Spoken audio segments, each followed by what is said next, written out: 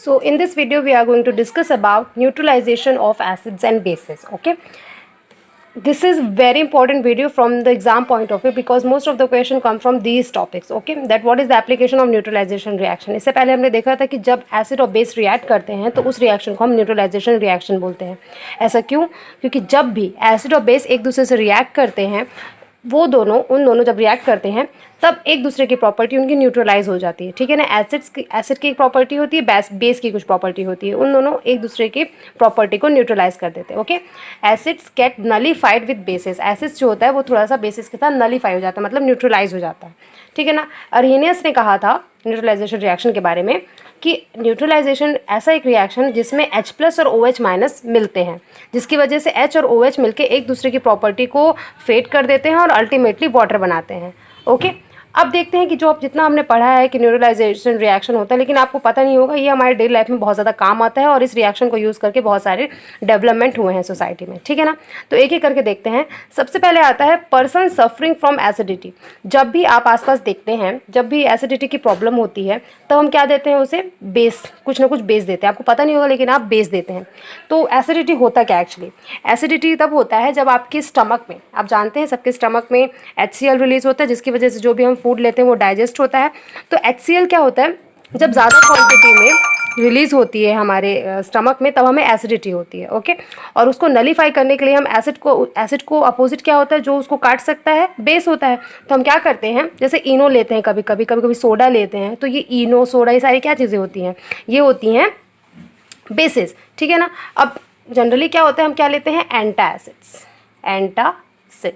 ये बना है एंटी प्लस एसिड से. ओके, एंटी एसिड को ही हम एंटासिड बोलते हैं. तो होता है कि एंटी एसिड्स बहुत सारे हैं. बहुत ही फेमस जो आप जनरली एंटासिड टेबलेट जो लेते हैं उसमें क्या होता है? Basic magnesium hydroxide. Okay, hydroxide. So जब भी कोई पर्सन एसिडिटी सफ़र करता है तो उसे हम एंटासिड टैबलेट देते हैं जिसमें बेसिक मैग्नीशियम हाइड्रोक्साइड है. और ये इससे क्या प्रूफ होता है कि जो न्यूट्रलाइजेशन रिएक्शन है उसका एप्लीकेशन हम किस तरह यूज़ करते हैं? जब भी हमें एसिडिटी होती है तब जो हमारा पेट में, हमारे स्टमक में, हमारे एब्डोमेन में एसिड रिलीज होता है उसको हम न्यूट्रलाइज करते हैं with the help of some basic substance which is basic magnesium hydroxide. Okay, hydroxide मतलब बेस है. समझ में आ गया. तो न्यूट्रलाइजेशन रिएक्शन हो रहा है यहाँ पे. आपका पेट में एसिड है, हमने बाहर से बेस दिया, बेस और एसिड एक दूसरे से रिएक्ट किया और अल्टीमेटली न्यूट्रलाइजेशन रिएक्शन हो गया. अब बात करते हैं स्टिंग्स ऑफ बीज एंड एंड्स. स्टिंग्स ऑफ बीज एंड एंड्स में क्या होता है? एसिड होता है. कौन सा एसिड होता है? Formic acid. इसके बारे में ऑलरेडी हम पहले भी डिस्कस कर चुके हैं, जिसमें हम ऑर्गेनिक एसिड के बारे में डिस्कस कर रहे थे. हमने देखा था कि फॉर्मिक एसिड एक ऑर्गेनिक एसिड होता है जो बीज और एंड्स के स्टिंग से निकलता है. ठीक है, जब वो डंक मारते हैं तो एक्चुअली वो अपने डंक से एक एसिड रिलीज करते हैं जिसको हम बोलते हैं फॉर्मिक एसिड. ओके, तो जब भी आपको बीज या कोई आंट बाइट करती है तो आप देखते हैं थोड़ा सा वो एरिया स्वेल हो जाता है. ठीक है ना. अब इसको न्यूट्रलाइज करने के लिए हम क्या करते हैं? रब करते हैं. क्या रब करते हैं? Rubbing soap.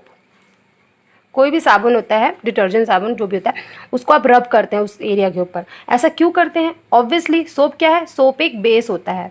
ओके, और फॉर्मिक एसिड एक एसिड है.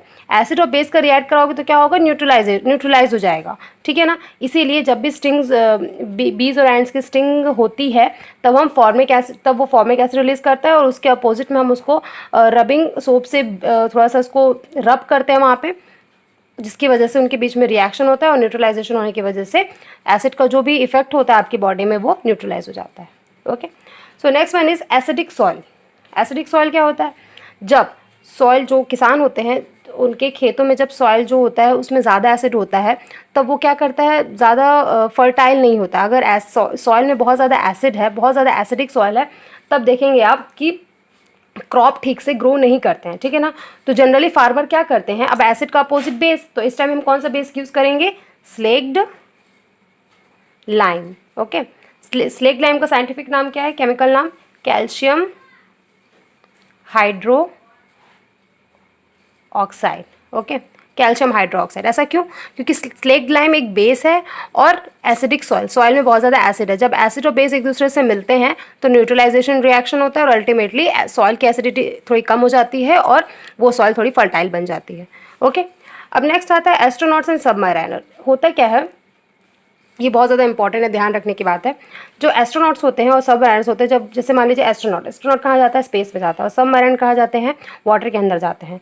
दोनों एरिया में, स्पेस में और अंडर ओशियन, ऑक्सीजन की कमी होती है। हम ना स्पेस में सांस ले सकते हैं, ना ही हम पानी के अंदर सांस ले सकते हैं। तो एस्ट्रोनॉट्स और सबमरीनर क्या यूज़ करते हैं, आर्टिफिशियल ऑक्सीजन की जो टैंक रहती है वो लेके जाते हैं, ठीक है ना। तो होता क्या है, हम ऑक्सीजन ब्रीथ करते हैं और एक्सहेल क्या करते हैं, कार्बन डाइऑक्साइड एक्सहेल करते हैं।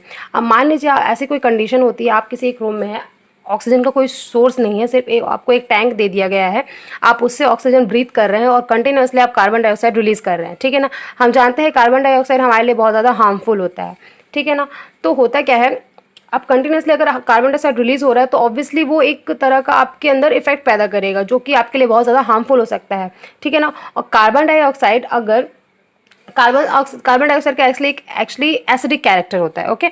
तो उसको न्यूट्रलाइज करने के लिए हमें कुछ बेस यूज़ करना पड़ेगा। तो एस्ट्रोनॉट्स और सबमरीनर अपने जिस भी स्पेसशिप में जाते हैं, जिस भी अपने सबमरीनर जो होते हैं सबमरीन में जाते हैं और एस्ट्रोनॉट अपने स्पेसशिप में जाते हैं, तो वहाँ पे हम क्या यूज़ करते हैं, उस एरिया में हम उस कार्बन डाइऑक्साइड को न्यूट्रलाइज करने के लिए लिथियम हाइड्रो ऑक्साइड समझ में आ गया कि हम यहाँ पे बेस की बात कर रहे हैं। अगर हाइड्रो ऑक्साइड आपको कहीं मिलता है तो आप समझ जाएंगे कि वहाँ पे OH माइनस है, और OH माइनस है मतलब वो बेस है, ठीक है ना। तो लिथियम हाइड्रो ऑक्साइड हम डालते हैं तो होता क्या है, साइंटिस्ट लोगों ने क्यों सोचा कि लिथियम हाइड्रो ऑक्साइड हमें यूज़ करना चाहिए, क्योंकि lithium hydro oxide carbon dioxide के साथ बहुत ही ज़्यादा तेज़ी से रिएक्ट करता है। लिथियम हाइड्रो ऑक्साइड मतलब LiOH और कार्बन डाइऑक्साइड, जब इन दोनों एक दूसरे के साथ रिएक्ट करते हैं तब बनता है LiCO3, okay, Li2CO3 plus H2O। तो क्या हो गया, ये बेस है, ये एक एसिड की तरह रिएक्ट कर रहा है, एक एसिड की तरह बिहेव करता है, ओके। तो LiOH और जब ये रिएक्ट करते हैं तब न्यूट्रलाइजेशन होता है और वाटर रिलीज होता है, जिसकी वजह से जो जिस भी जैसे एस्ट्रोनॉट का एटमॉस्फेयर और सबमरीन का जो एटमॉस्फेयर, जहाँ पे कार्बन डाइऑक्साइड पहले के टाइम में बहुत ज़्यादा था, अब वो कम हो जाएगा और लिथियम कार्बोनेट बन जाएगा, ठीक है ना। लेकिन इस रिएक्शन की एक डिसएडवांटेज ये होता है कि जब ये रिएक्शन होता है तो ये बहुत ज़्यादा एक्सोथर्मिक रिएक्शन है, ओके। एक्सोथर्मिक रिएक्शन होने की वजह से बहुत ज़्यादा हीट प्रोड्यूस होती है, इसलिए हमेशा इस टाइप का सब्सटेंस का हम तभी यूज़ करते हैं जब एस्ट्रोनॉट और सबमरीन ज़्यादा टाइम के लिए कहीं बाहर या अंडर वाटर या तो फिर स्पेस में नहीं जा रहे हो, ठीक है ना। तो ये हो गई बात न्यूट्रलाइजेशन रिएक्शन। यहाँ पे कौन सा न्यूट्रलाइजेशन रिएक्शन चल रहा है, ये एक बेस है, ये एक एसिड है, इन दोनों ने एक दूसरे के साथ रिएक्ट किया, न्यूट्रलाइजेशन हुआ, कार्बोनेट बना, मतलब एक क्या बना, ये एक मेटल है, ये एक नॉन मेटल है, सॉरी ये कार्बोनेट है तो ये एक सॉल्ट बन गया और वाटर रिलीज हो गया। अब आते हैं लास्ट है बेकिंग पाउडर।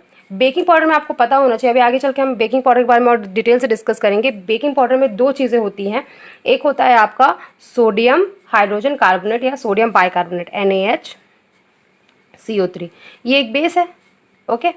और साथ ही साथ एक वीक एसिड होता है, वीक एसिड कुछ भी हो सकता है, जैसे हमने पढ़ा था एसिटिक एसिड, ओके। तो ये एक वीक एसिड होता है। अब होता क्या है, बेकिंग पाउडर में ये दोनों एसिड भी होता है, बेस भी होता है, ओके। तो जब हम इसको केक के अंदर कभी भी डालते हैं तो केक के हम तो क्या करते हैं, थोड़ा सा पानी डाल देते हैं, ठीक है ना। और हम जानते हैं पानी के प्रेजेंस में ही एसिड अपना इफेक्ट शो करता है, अगर पानी ना हो तो एसिड कभी भी अपना कैरेक्टर शो नहीं करेगा, ये हम पढ़ चुके हैं इफेक्ट ऑफ वाटर में। तो जब एसिड पानी से जब भी मिलता है तब इनके बीच का रिएक्शन शुरू हो जाता है। बेकिंग पाउडर में हमेशा एसिड बेस प्रेजेंट रहते हैं लेकिन कभी वो एक दूसरे के साथ रिएक्ट नहीं करते, लेकिन जैसे ही हम केक बनाते टाइम पानी डालते हैं तो क्या होता है कि ये रिएक्शन स्टार्ट हो जाता है, और बेस और एसिड जब रिएक्ट करते हैं एक दूसरे के साथ तब कार्बन डाइऑक्साइड रिलीज होता है। हमने पढ़ा था कि ये देखिए कार्बोनेट है, यहाँ पे जब वीक एसिड रिएक्ट करेगा तो क्या होगा, कार्बन डाइऑक्साइड रिलीज होगा।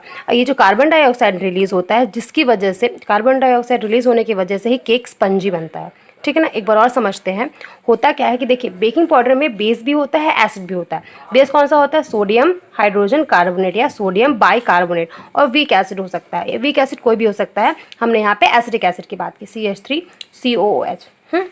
होता क्या है, जब भी आप केक बनाते हैं तो थोड़ा सा पानी उसमें डालते हैं, जैसे ही पानी आप डालते हैं तो एसिड क्या हो जाता है, एक्टिव हो जाता है और वो बेस के साथ रिएक्ट करना शुरू कर देता है, जिसकी वजह से जब इन दोनों के बीच में रिएक्शन होगा तब कार्बन डाइऑक्साइड रिलीज होगा। और कार्बन डाइऑक्साइड रिलीज होता है तभी आप देखते हैं, जब आप केक को ऐसे तोड़ते हैं तो बीच बीच में आपको स्पेस दिखता है, बीच बीच में आपको होल दिखता है। वो होल क्या था, उस होल में पहले कार्बन डाइऑक्साइड गैस था, ठीक है ना। तो इस वजह से न्यूट्रलाइजेशन रिएक्शन हमारे लिए बहुत ज़्यादा इंपॉर्टेंट, क्योंकि इससे हम केक भी बना सकते हैं, ओके। Thank you.